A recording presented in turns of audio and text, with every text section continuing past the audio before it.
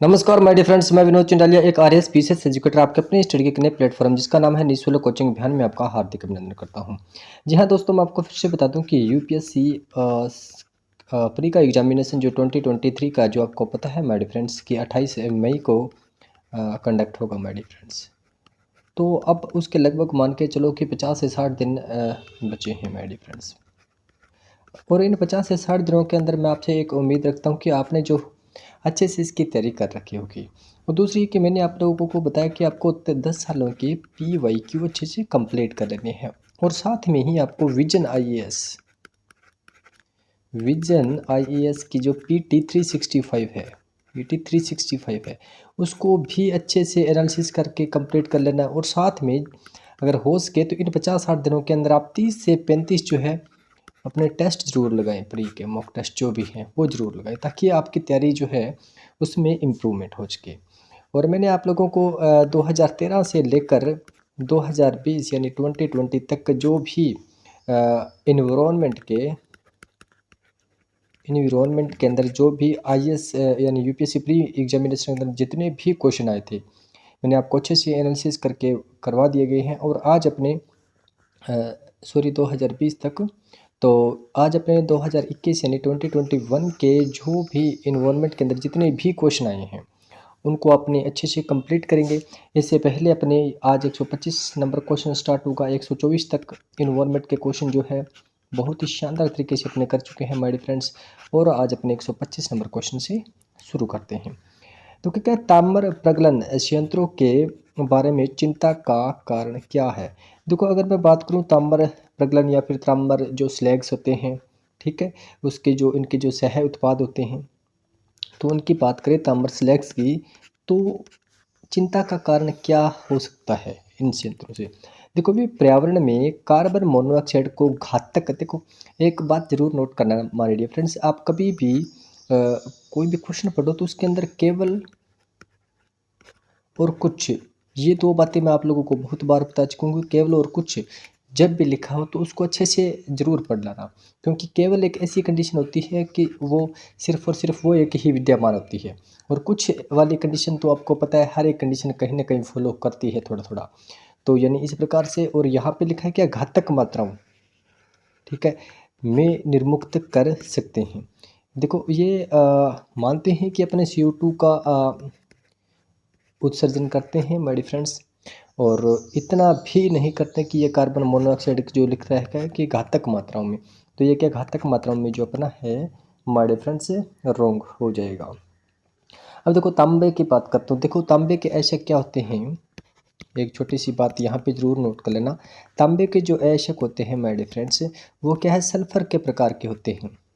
क्या होते हैं, एक सल्फर के अयस्क के रूप में होते हैं। तो सल्फर के अयस्क के रूप में होते हैं, तो इस कारण जो है आपको पता है कि सल्फर की बात होती है तो ये क्या है, CO2 का भी क्या करेंगे माय डियर फ्रेंड्स से निष्कासित करेंगे। और साथ में कि CO2 की SO2 की बात आ जाती है, तो कहीं ना कहीं ये क्या, H2SO4 कई बार लिखा जाता है ना, गंधक यानी तेजाब, तो उसका भी ये निष्कासन माय डियर फ्रेंड्स करेंगे। ये बात भी अच्छे से नोट कर लेना। अगर आपने छोटी छोटी बातों को अच्छे से पढ़ रखा है तो उम्मीद यही है कि आपको कोई भी क्वेश्चन करने में ज़्यादा तकलीफ नहीं होगी। और साथ में मैं बता दूं कि ये क्या, ताम्र प्रगलन यानी कॉपर स्लैग से पर्यावरण में कुछ भारी धातुओं के निक्षालन का कारण बन सकता है। बिल्कुल, देखो भारी धातुओं की बात करें तो ताम्र प्रगलन के अंदर जो मुख्य रूप से मैं बता दूं कि आर्सेनिक और कैडमियम,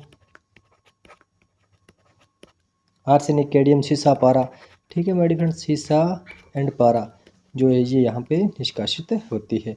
ये बात आप अच्छे से नोट कर लेना। और ये बात भी राइट है माय डियर फ्रेंड्स। नेक्स्ट है कि वे सल्फर ऑक्साइड को एक प्रदूषक के रूप में निर्मुक्त कर सकते हैं। बिल्कुल माय डियर फ्रेंड्स, देखो सल्फर ऑक्साइड की बात करें तो मैंने अब आपको बता चुका हूँ, क्योंकि ये क्या है, सल्फर के ही तो ये अयस्क होते हैं, तो ये ऑब्वियसली बात है, ये जो है SO2 का निष्कासन भी करेंगे। यानी अपनी एक नंबर जो बात है रॉन्ग हो जाती है, 2 और 3 अपनी राइट हो जाती है। चलिए माय डियर फ्रेंड्स चलते हैं नेक्स्ट क्वेश्चन की ओर।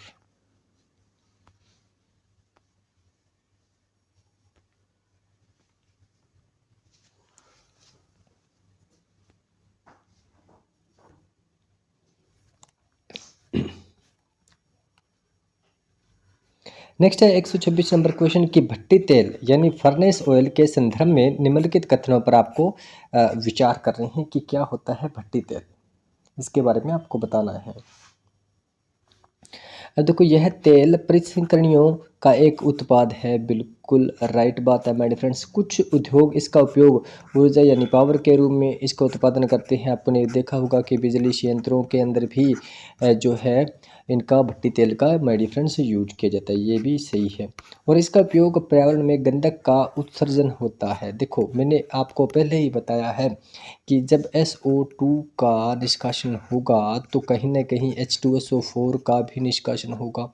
तो ये क्या होता है माय फ्रेंड्स, ये गंधक होता है। ठीक है, तो ये इस प्रकार की भी कई बार स्टेटमेंट लिखी होती है, तो आप उसको अच्छे से अगर देखो कभी गंधक की बात आगे मान लो यहाँ पे, तो आप लोगों ने अगर अच्छे से पढ़ा तो ऑब्वियसली बात है कोई दिक्कत नहीं होगी क्वेश्चन करने में। तो मैं आपको फिर से बता दूं कि जब भी SO2 या SO4 यानी सल्फर के ऑक्साइड जो भी है रिलीज होते हैं, तो वहाँ पर H2SO4 भी उसमें बनता है हमारे फ्रेंड्स। ठीक है, यानी गंधक का भी ये उत्सर्जन करता है। यानी जो अपन ये तीनों के तीनों बातें हमारे फ्रेंड्स से राइट हो जाती है। चलिए चलते हैं नेक्स्ट क्वेश्चन की ओर।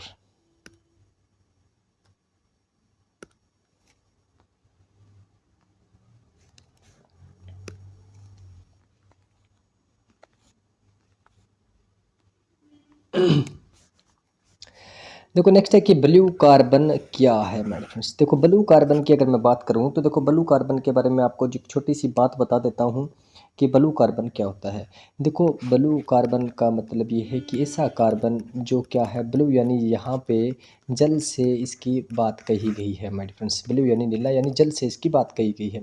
तो यानी महासागर की बात होगी किसकी मेरे फ्रेंड्स, महासागर के इर्द गिर्द जो भी कार्बन स्टोरेज के रूप में आपको ने को दिखाई देता है वो ब्लू कार्बन होता है। जैसे कि मैंग्रोव के अंदर माय फ्रेंड्स, मैंग्रोव, ज्वारीय, मैंग्रोव, ज्वारीय और नमक दलदल, नमक की जो दलदल है वहाँ पर जो कार्बन स्टोरेज है, समुद्री घास, समुद्री घास। ठीक है मेरे फ्रेंड्स, ये जो है ये ब्लू कार्बन कहलाते हैं। क्या कहलाते हैं मेरे फ्रेंड्स, ब्लू कार्बन कहलाते हैं। तो इनको बारे में अब अगर आपने पढ़ लिया तो ऑब्वियसली बात अब आपको ये क्वेश्चन भी आसानी से हो जाएगा। देखो महासागर और तटीय पारिस्थितिक तंत्रों द्वारा प्रग्रहित कार्बन, ये देखो मैंने आपको देखो ये जो है महासागर और तटीय पारिस्थितिक तंत्रों द्वारा क्या है, पारिस्थितिक तंत्रों द्वारा जो स्टोरेज कार्बन होता है उसे बोलते हैं मेरे फ्रेंड्स क्या, ब्लू कार्बन। देखो वेव, जैव मात्र या कृषि मृदा में प्रच्छादित कार्बन ये भी नहीं होता मेरे फ्रेंड। पेट्रोलियम और प्राकृतिक गैस भी नहीं होता। वायुमंडल में विद्यमान कार्बन ये भी नहीं होता। यानी एक नंबर जो अपनी बात है मेरे फ्रेंड्स राइट हो जाएगी। चलिए चलते हैं नेक्स्ट क्वेश्चन की ओर।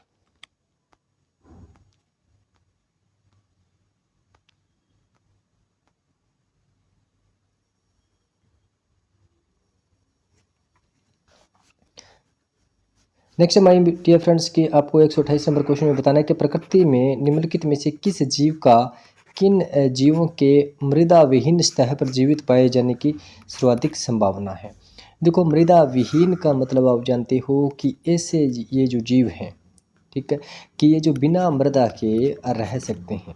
क्या मेरे डिफरेंस है, बिना मृदा के रह सकते हैं, उन्हें बोलते हैं मृदा विहीन मतलब जीव। अब देखो आपने देखा होगा कि जो भी पत्थरों पर, क्या मेरे डिफरेंस, पत्थरों पर जो भी जीव या प्रजाति पौधों की रहती है तो उसे मृदा विहीन ही कहते हैं। देखो मैं फॉर एग्जांपल मैं आपको ये जो 4-5 बातें हैं बता देता हूँ। देखो सबसे पहले अगर मैं बात करूँ किसकी, फर्न की।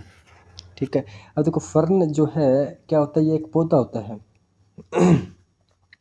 यह एक पौधे जैसा एक जीव होता है, जीव मान लो, या पौधे जैसा एक जीव होता है मेरे फ्रेंड्स, पौधे जैसा एक जीव है।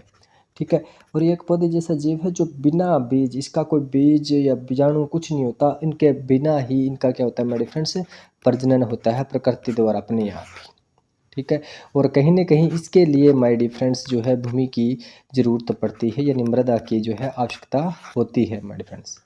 नेक्स्ट मैं और बता दूं इसके जैसे उदाहरण, जैसे लाइकन हो गया, मांस हो गया, जो मृदा विहीन प्रजाति है।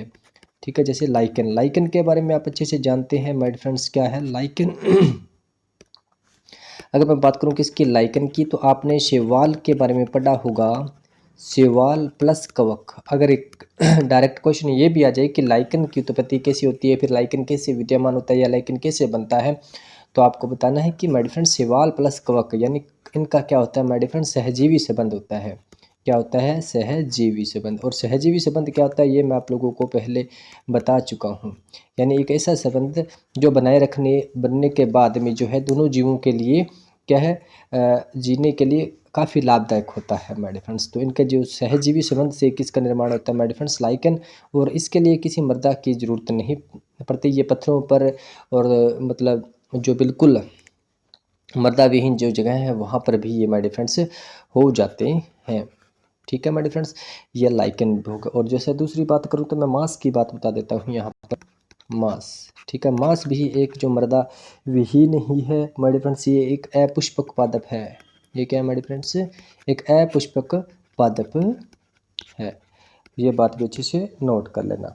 और इसमें जड़ों का अभाव होता है, और जड़ों का अभाव होता है तो ऑब्वियसली बात है, देखो जो मृदा विहीन पादप होंगे उसमें हमेशा ही क्या है मेरे फ्रेंड्स, जड़ों का क्या होगा, अभाव ही होगा। ये बात भी आप अच्छे से नोट कर लेना। नहीं, लाइकन और मांस, लाइकन और जो मांस है वो जो दो ऐसे पादप हैं जो क्या है, बिना मृदा विहीन पादप है। और नेक्स्ट मैं बात करता हूँ क्या, एक इसी ऑप्शन के अंदर अपने आगे आगे चलते हैं।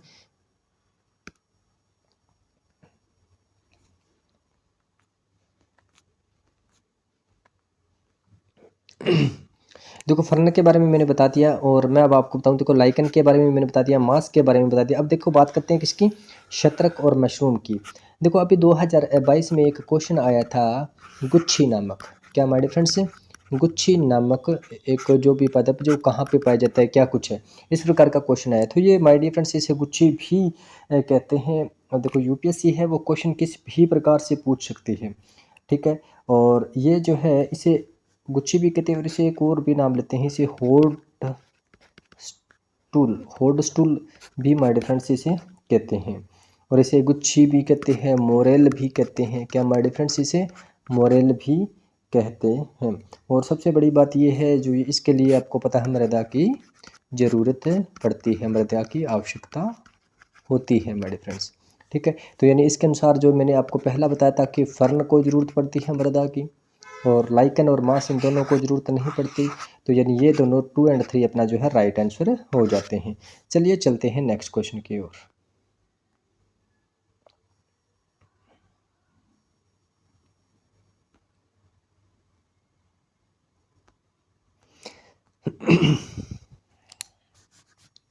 नेक्स्ट हम बात करते हैं 129 नंबर क्वेश्चन है कि निम्नलिखित में से किसका उपयोग प्राकृतिक मच्छर प्रतिकृषि तैयार करने में किया जाता है।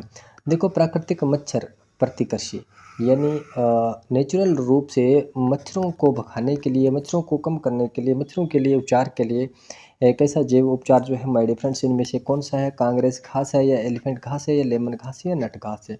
देखो कभी भी लेमन घास की बात आ जाए या फिर नीम की बात आ जाए तो आप इस पे ही राइट टिक करेंगे, क्योंकि ये जो है क्या एंटीबायोटिक के रूप में माय डियर फ्रेंड्स यूज होते हैं। यानी ये जो है मच्छर वगैरह को मारने के लिए काफ़ी हद तक जो है माय डियर फ्रेंड्स ये क्या है, फ़ायदेमंद होते हैं। तो यहाँ पर अपना जो राइट आंसर क्या हो जाएगा, लेमन घास जो है अपना राइट आंसर हो जाएगा। चलिए चलते हैं नेक्स्ट क्वेश्चन की ओर।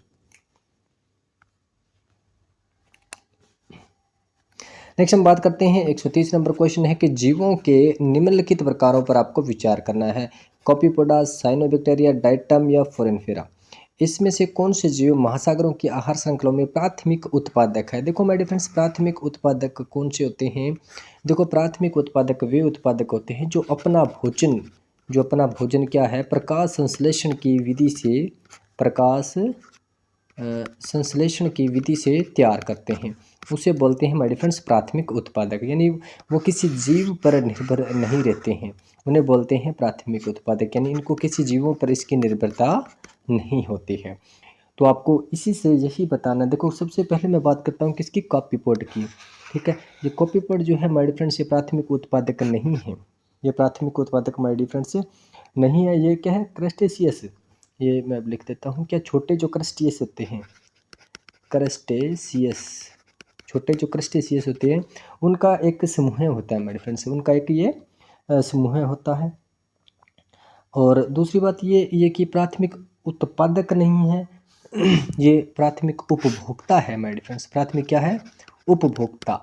देखो उपभोक्ता का मतलब समझते हो आप, और उत्पादक का मतलब ये है कि पहले जो उत्पादक होते हैं, ये प्राथमिक लोगों के लिए जो प्राथमिक है उनके लिए जो उत्पाद है के रूप में होते हैं, तो वो होते हैं प्राथमिक उत्पादक। और प्राथमिक उपभोक्ता जो इनको खाते हैं माय डियर फ्रेंड्स, प्राथमिक उत्पादक को जो खाते हैं उन्हें बोलते हैं प्राथमिक उपभोक्ता। तो यहाँ पर जो ये प्राथमिक उत्पादक का नहीं होगा, क्योंकि ये प्लवक का भोजन करते हैं। क्या है माय डियर फ्रेंड्स? ये जो है प्लवक का, क्या है, प्लवकों का भोजन करके अपना जो है अब देखो प्लवक का भोजन करते हैं, और प्लवक जो है क्या माय डियर फ्रेंड्स? प्राथमिक उत्पादक है, प्राथमिक उत्पादक है। तो ये क्या है? इसका सेवन करता है, तो इसका मतलब ये कॉपी प्रोडक्ट, ये क्या हुआ? ये प्राथमिक उपभोक्ता हुआ। तो ये अपना यहाँ पे जिस प्रकार से इसने पूछा है कि अपने को क्या चाहिए, प्राथमिक उत्पादक, तो ये यहाँ पे माय डियर फ्रेंड्स रॉन्ग हो जाता है। नेक्स्ट हम बात करते हैं साइनोबैक्टीरिया। तो साइनोबैक्टीरिया के बारे में आप अच्छे से जानते हैं। देखो साइनोबैक्टीरिया भी ये क्या है? एक शैवाल का ही प्रकार है माय डियर फ्रेंड्स। किसका? ये एक शैवाल का ही प्रकार है, और इसे नीला हरा शैवाल भी कहते हैं। साइनोबैक्टीरिया को क्या है? नीला हरा शैवाल भी कहते हैं। किसको? साइनोबैक्टीरिया को। और डाइटम भी एक शैवाल का प्रकार है माय डियर फ्रेंड्स, यानी तो शैवाल, आप पता है आप लोगों को कि शैवाल जो है वो अपना भोजन कैसे तैयार करता है? तो शैवाल जो अपना भोजन है वो प्रकाश संश्लेषण की विधि द्वारा तैयार करता है, प्रकाश संश्लेषण की विधि द्वारा तैयार करता है।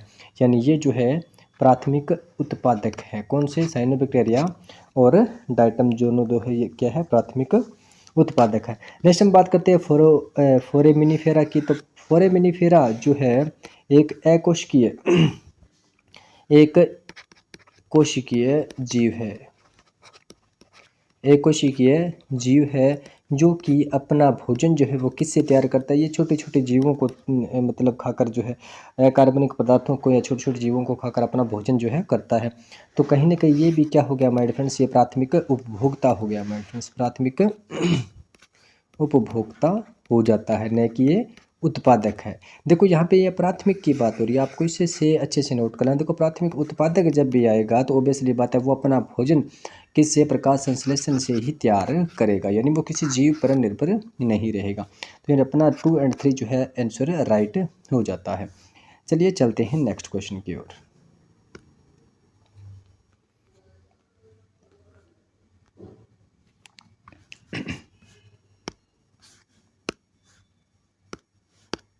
देखो नेक्स्ट हम बात करते हैं 131 क्वेश्चन की। निम्नलिखित प्राणियों पर आपको विचार करना है। जोहक है, शैलमूषक है और वज्रशलक है।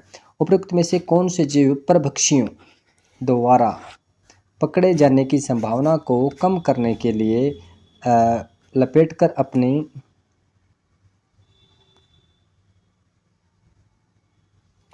समय को लपेटकर अपने शुभेद अंगों की क्या है माय डियर फ्रेंड्स? रक्षा करते हैं। इसके बारे में आपको बताना है।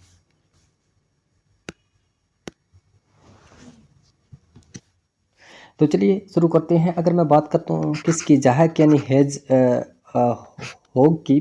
तो हेज होग ये क्या है मेरे डिफरेंस? ये एक जंगली चूहा है। क्या है मेरे डिफरेंस? एक जंगली चूहे की तरह ही आप इसे मान सकते हैं। क्या है मेरे डिफरेंस? जंगली चूहे की तरह आप इसे मान सकते हैं, क्योंकि इसके भी जो है पूरे शरीर पर छोटे छोटे माय डिफरेंस कांटे से होते हैं। और जब इसको किसी बाहरी शिकारी का या किसी खतरे का आभास होता है तो ये अपनी गर्दन उसके अंदर डाल लेता है अपने शरीर में, और बिल्कुल ये क्या है? गेंद बन जाता है, गेंद के समान हो जाता है। तो ये अपनी रक्षा करता है। ये भी माय डियर फ्रेंड्स अपनी राइट बात हो जाती है। और नेक्स्ट हम बात करते हैं किसकी? शैल मुश्क की। तो शैल मुश्क की बात करते हैं जिसे मोट भी कहते हैं। तो ये क्या है कि शिकारी को देखकर दूसरों को आवाज़ देता है। ठीक है, क्या है? दूसरे को आवाज़ देता है, न कि अब देखो ये इसका मतलब किस प्रकार से होता है? लाइक आपने नेवला देखा होगा, ठीक है, या फिर इस प्रकार से मैं, यानी इसके ऊपर शरीर के ऊपर ऐसी कोई सेफ्टी नहीं है कि जिस प्रकार से अपने को गेंद के रूप में ये बना ले, ऐसी कोई बात नहीं होती। किसमें? शैल मुश्क में। शैल मुश्क क्या करता है? जब इसे किसी प्रकार की कोई खतरे की इसे होती है, भनक पड़ती है, तो ये क्या है? सभी को आवाज़ देता है। और वो एक देखो शैल मुश्क इसे क्यों कहते हैं? देखो शैल क्यों इसे कहा गया है माय डियर फ्रेंड्स? शैल यानी पत्थर। ठीक है, पत्थर। और मूषक आपको पता ही है क्या होता है, चूहा। यानी ये क्या है, जब भी किसी खतरे का आभास होता है तो ये मान लो ये पत्थर है, पत्थरों के नीचे ये छुप जाते हैं। बस इसका बचाव का सीधा साधा सिस्टम यही होता है। तो ये अपने आप को एक गेंद के समान नहीं कन्वर्ट कर पाता है। तो यहाँ पे ये जो शेल मुश्क वाली जो बात है, यानी समय को लपेट कर सफेद अंगों की रक्षा करते हैं, तो ये इसमें कहानी नहीं होती है मेरे फ्रेंड्स। यानी 1 नंबर अपना राइट है, 2 नंबर रॉन्ग हो जाता है। नेक्स्ट हम बात करते हैं क्या, वज्र शलक। देखो वज्र शलक इसको क्यों कहा जाता है कि वज्र का मतलब आप जानते हो कि इसकी जो शलक होती है, यानी जो शरीर का जो बाहरी आवरण होता है वो माय डियर फ्रेंड्स शलक जो होती है, ऊपर वाली जो परत होती है वो वज्र के समान होती है माय डियर फ्रेंड्स। इसे पेंगोलिन भी कहते हैं माय डियर फ्रेंड्स। क्या कहते हैं इसे, पेंगोलिन भी कहते हैं। और ये एक क्या है ये एक सतनधारी भी है। क्या है माय डियर फ्रेंड्स, ये एक सतनधारी होता है। यह एक सतनधारी होता है। यानी ये भी क्या है, समय को लपेट कर एक गेंद के समान बना सकता है। यानी 3 नंबर भी अपनी जो है बात राइट हो जाती है। यानी 1 और 3 जो अपना आंसर है माय डियर फ्रेंड्स राइट होता है। चलिए चलते हैं नेक्स्ट क्वेश्चन की ओर।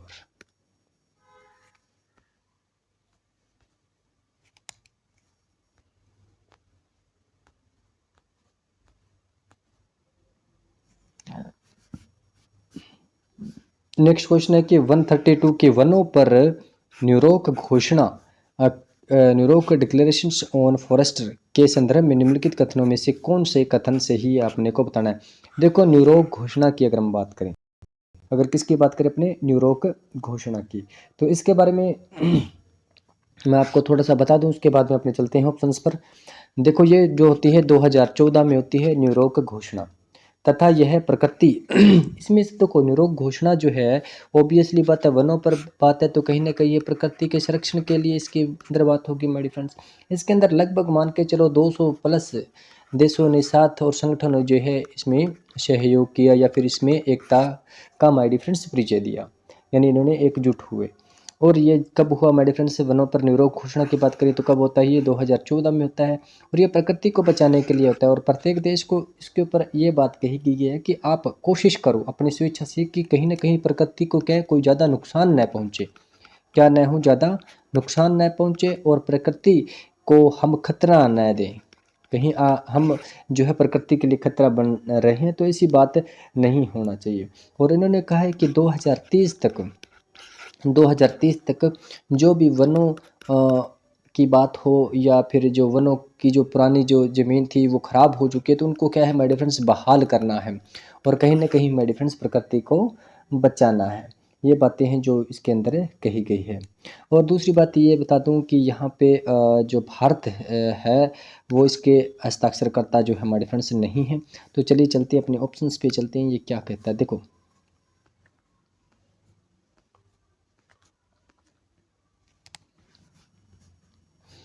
देखो ये कहते हैं कि 2014 में संयुक्त राष्ट्र जलवायु शिखर सम्मेलन में पहली बार इसका समर्थन किया गया। बिल्कुल राइट बात है, मैं आपको बता चुका हूँ।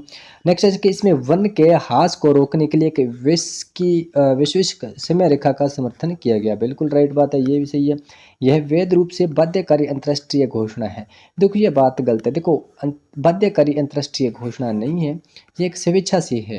यानी जो भी देश है जो भी संगठन है कोशिश यही करे कि प्रकृति को नुकसान न पहुंचे माय डियर फ्रेंड्स, यानी प्रकृति की वो क्या करे, रक्षा करे।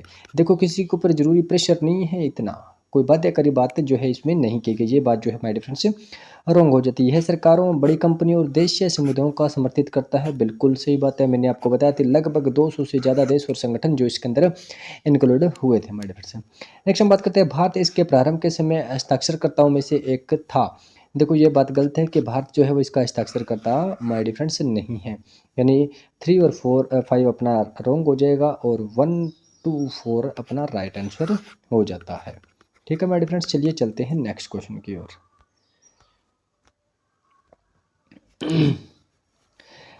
नेक्स्ट हम बात करते हैं 133 की तंत्रिका अपहास। यानी देखो तंत्रिका अपहास के मतलब यानी न्यूरोजेनरेटिव, यानी तंत्रिका को किस प्रकार से नुकसान होता है। समस्याओं के लिए उत्तरदायी माने जाने वाले मेग्नेटाइड, यहाँ पर आप मैग्नेटाइड भी कर सकते हो, मैग्नेटाइड्स का कण पर्यावरणीय प्रदूषकों के रूप में निम्नलिखित में से किन से उत्पन्न होता है। यानी अपनी तंत्रिका तंत्र को जो भी नुकसान पहुंचाता है वो छोटे छोटे जो कण मैग्नेटाइड्स के जो है वो कहाँ से उत्पन्न होते हैं, इनमें से आपको बताना है। ठीक है मेरे फ्रेंड्स, देखो अगर मैं बात कर दूँ, देखो मोटर गाड़ी की ब्रेक और मोटर गाड़ी के इंजन, घरों में प्रयोग होने वाले माइक्रोवेव स्टोव और बिजली संयंत्र और टेलीफोन लाइन, यहाँ पे आप सीधे साधे देखो 3 और 5 को तो आप डायरेक्ट ही कैंसिल करते हो। ठीक है, देखो टेलीफोन लाइन से ऐसा कोई सोर्स नहीं निकलता मेरे फ्रेंड्स जो तंत्रिका तंत्र पर प्रभाव पड़े, और घरों में माइक्रोवेव से भी ऐसा कोई प्रभाव नहीं पड़ता। कणों की बात करें, जब कण की बात हो रही है तो नेक्स्ट हम बात करते हैं मोटर गाड़ी, ये भी राइट हो जाएगा, और बिजली संयंत्र, यानी 1, 2 और 4 जो अपना my dear friends right answer हो जाता है। ठीक है माय डियर फ्रेंड्स, और चलिए चलते हैं नेक्स्ट क्वेश्चन की ओर। इसके बारे में मैं आपको बता चुका हूँ, और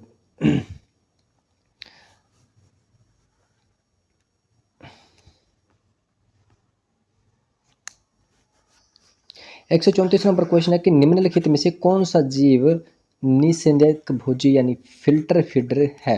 देखो आपको प्रत्येक क्वेश्चन को अच्छे से पढ़ना है और उसके बाद में बताना है कि क्या पूछ रहा है। देखो फिल्टर फीडर, देखो फीडर की बात करें तो आपको पता है फीडर का मतलब क्या होता है, भोजन करना। ठीक है मेरे फ्रेंड्स, भोजन या भोजन करना भोजन होता है। ठीक है, अब देखो फिल्टर यानी अब कोई भी चीज जैसे है, कोई चीज़ जैसे वो फिल्टर होती है तो।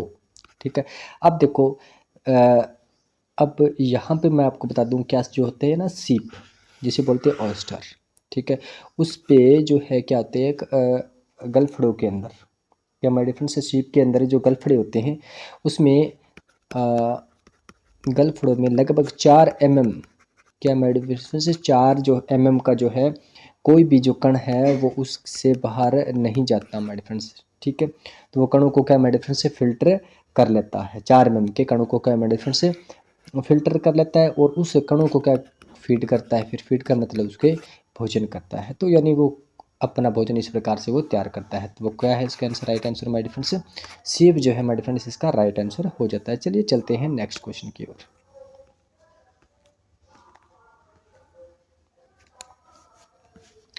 नेक्स्ट है 135 क्वेश्चन के निम्नलिखित जैव भू रासायनिक चक्रों में किस में चट्टानों का अपक्षय चक्र में प्रवेश करने वाले पोषक तत्वों के निर्मुक्त होने का मुख्य स्रोत है। अब देखो माय डियर फ्रेंड्स, जहाँ पर बात हो रही है किसकी, चट्टानों का अपक्षय चक्र में। ठीक है, अब देखो चट्टानों के अपक्षय चक्र की अगर बात होगी तो ऑब्वियसली बात है, तो ऐसा जो भी जो क्या चट्टानों का हमारे फ्रेंड्स नुकसान पहुंचाए। ठीक है, तो आपने कई बार अम्लीय वर्षा के बारे में भी सुना होगा। ठीक है, और कहीं ना कहीं जो यहाँ पे कार्बन चक्कर, नाइट्रोजन चक्कर, फास्फोरस चक्कर या सल्फर चक्कर, तो अगर इसकी मैं बात करूँ तो जो फास्फोरस चक्कर है, क्या मेरे फ्रेंड से जो फास्फोरस चक्कर है वो इसके लिए काफ़ी उत्तरदायी हो जाता है। कौन सा मेरे फ्रेंड से, फास्फोरस चक्कर अपना राइट आंसर हो जाएगा। चलिए चलते हैं नेक्स्ट क्वेश्चन की ओर।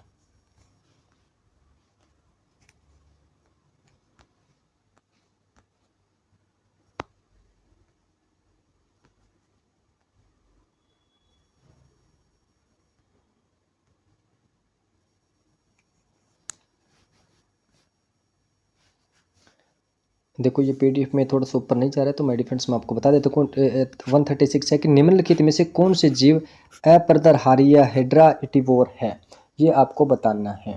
ठीक है, देखो इसका मतलब क्या होता है, पर्दाहारी या डेट्रा इटिवोर क्या होता है, इसके बारे में आपको बता देता हूँ, फिर अपने ऑप्शंस पे चलते हैं मेरे फ्रेंड्स। देखो वे जो मर्त जीवों, देखो ऐसे जो भी जीव है वो जो क्या है अपना जो भोजन है वो क्या है माय डियर फ्रेंड्स मर्त जीवों से करते हैं। इससे मर्त जीवों से अपना भोजन जो है करते हैं, मर्त जीवों से या पौधों से अपना भोजन करते हैं, उसे क्या कहते हैं माय डियर फ्रेंड्स, अपर्दाहारी या इडोटोवर जो है कहते हैं। चलिए चलते हैं आगे ऑप्शंस पे, इसमें क्या है। देखो इसमें लिखा है केंचुआ है, जेलीफिश है, और मिलीपिड है, समुद्री घोड़ा यानी सी हॉर्स है, और कास्ट यूका है। इसमें बताना है भी आपको जो है कौन सा जो है भोजन जीवों से या फिर मर्त जीवों से या फिर पेड़ों से या पौधों से माय डिफरेंस करते हैं। तो अब देखो मैं बता दूं कि केंचुआ भी आप जानते हैं भी, केंचुआ जो है वो क्या है, एक प्राकृतिक में घटक के रूप में काम करता है। इसके बारे में आप लोगों ने अच्छे से पढ़ा होगा, यानी केंचुआ भी है। नेक्स्ट हम बात करते हैं किसकी, जेलीफिश की। तो जेलीफिश क्या है माय डियर फ्रेंड्स, जेलीफिश एक मछली है। जेलीफिश एक मछली है जो क्या है माय डियर फ्रेंड्स, मांसाहारी है। क्या है माय डियर फ्रेंड्स, मांसाहारी है। यहाँ पे ये अपघटक के रूप में काम नहीं करती। 2 नंबर जो है अपनी राइट रॉन्ग बात हो जाती है। नेक्स्ट हम बात करते हैं सहस्त्रपादी यानी मिलीपड भी जो है एक अपघटक के रूप में काम करती है। दूसरी बात करते हैं माय डियर फ्रेंड्स क्या, समुद्री घोड़ा। तो समुद्री घोड़ा भी क्या है माय डियर फ्रेंड्स, एक मछली है।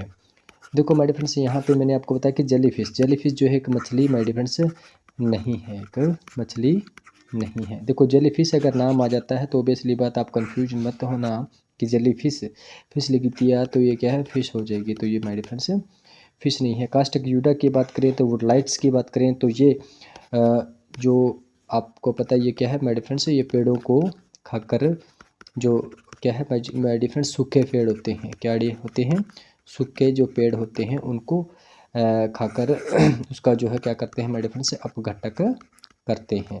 ये बात भी आप अच्छे से नोट कर लें। देखो कास्ट की बात हो रही है, यूका की बात हो रही है, देखो वुड लाइट्स की बात हो रही है, तो यहाँ से भी आप इसका अंदाज़ा लगा सकते हैं। नेक्स्ट हम 1 और 3 एंड 5 जो अपना राइट आंसर हो जाता है, 1 3 5। चलिए चलते हैं नेक्स्ट क्वेश्चन की ओर। नेक्स्ट हम बात करते हैं कि 137 नंबर क्वेश्चन की। तो 137 नंबर है कि यूएनईपी द्वारा समर्थित कॉमन कार्बन मैट्रिक्स क्या है my dear friends, common carbon matrix को किसके लिए विकसित किया गया। तो अगर मैं बात करूं किसकी, यूएनईपी की, यूनाइटेड नेशन एनवायरनमेंट प्रोग्राम की, तो इसका जो common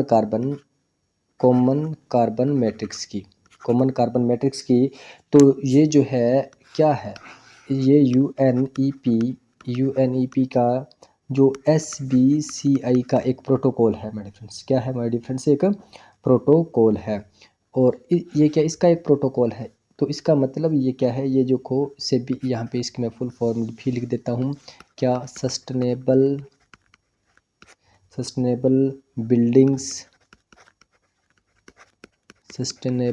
buildings and climate initiative.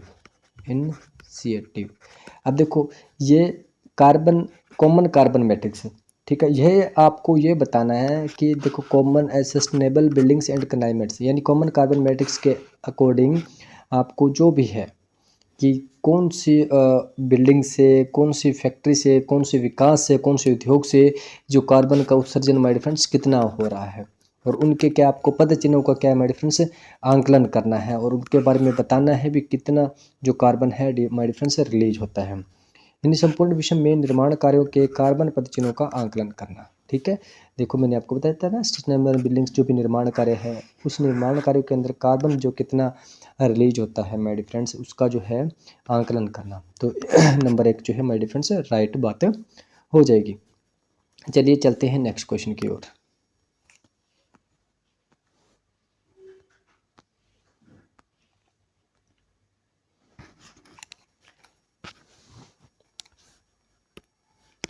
Next हम बात करते हैं 138 नंबर क्वेश्चन की। निम्नलिखित समूह में से किन में ऐसी जातियां होती है जो अन्य जीवों के साथ सहजीवी संबंध बना सकती है। देखो सहजीवी संबंध के बारे में मैं आपको पहले भी बता चुका हूँ, फिर से बता दूं कि सहजीवी संबंध वो संबंध होते हैं जो क्या है, दो जीवों या दो अलग अलग जातियों से अपना क्या है संबंध बनाते हैं, और उस संबंध में वो इस प्रकार का सिस्टम रखते हैं कि वो दोनों ही क्या है माय डियर फ्रेंड्स जीवित रहे, दोनों ही क्या है जीवित रहे, और कोशिश यह रही दोनों नहीं तो एक तो माय डियर फ्रेंड्स जीवित जरूर ही रहे। इसलिए होते हैं सहजीवी संबंध। और सहजीवी संबंध के बारे में मैंने आपको बता दिया। देखिए जैसे मैंने आपको कवक और शैवाल का उदाहरण दिया था, और उसके बाद में क्या बनता है माय डियर फ्रेंड्स, लाइकेन जो है बनता है। तो यहाँ पर नाइडेरिया, कवक आदि जंतु यानी प्रोटोजोआ, ये तीनों ही my dear friends right answer हो जाते हैं। ये तीनों ही क्या है माय डियर फ्रेंड्स सहजीवी संबंध बनाते हैं। तो चलिए माय डियर फ्रेंड्स चलते हैं नेक्स्ट क्वेश्चन की ओर। नेक्स्ट हम बात करते हैं, तो देखो अब आ जाता है 2022। तो अपने 2021 के जो भी क्वेश्चन थे 138 तक अपने आज कंप्लीट कर चुके हैं इन्वायरमेंट के क्वेश्चन, और 139 के बाद में जो भी 2022 के क्वेश्चन है वो भी my dear friends next video में आपको मिल जाएगी। तो उसके बाद में जो है माय डियर फ्रेंड्स हिस्ट्री है और पॉलिटी है और इकोनॉमी है और जो भी जियो है और तीसरा जो करंट की बात कर रहे हैं। तो सभी के जो भी माय डिफरेंस PYQ है आपको अच्छे से एक्सप्लेन करके दिए जाएंगे विद ऑप्शंस। डायरेक्ट आंसर नहीं दिया जाएगा माय डिफरेंस, विद ऑप्शंस के साथ आपको जितना हो सके एक्सप्लेन करके दिया जाएगा। तो नेक्स्ट वीडियो के अंदर अपने 2022 के अंदर जितने भी क्वेश्चन आए हैं एनवायरनमेंट के वो करेंगे और नेक्स्ट उसके बाद में जो है स्टार्ट करेंगे हिस्ट्री पॉलिटी इकोनॉमी जो और करंट की जो भी बातें जो भी क्लास है my dear friends. Thanks for watching my dear friends. और मैं आपसे एक बात फिर से कह दूं कि जो भी स्टूडेंट UPSC की तैयारी कर रहा है और आप उस तक ये वीडियो ज़रूर शेयर करें my dear friends. Thanks for watching my dear friends.